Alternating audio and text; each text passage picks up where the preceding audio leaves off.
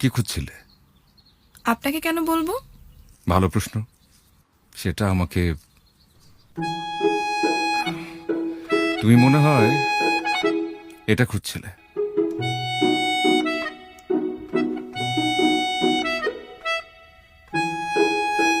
ধন্যবাদ আপনাকে।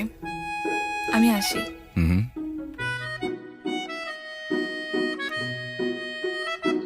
এই মেয়ে, শুনবে?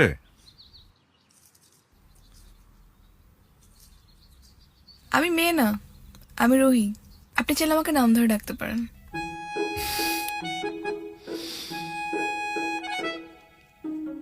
রুহি, তুমি কি কোনো চিঠির খাম কোথাও ফেলে গিয়েছিলে? আমি তো চিঠি লিখতে পারি না, আর খাম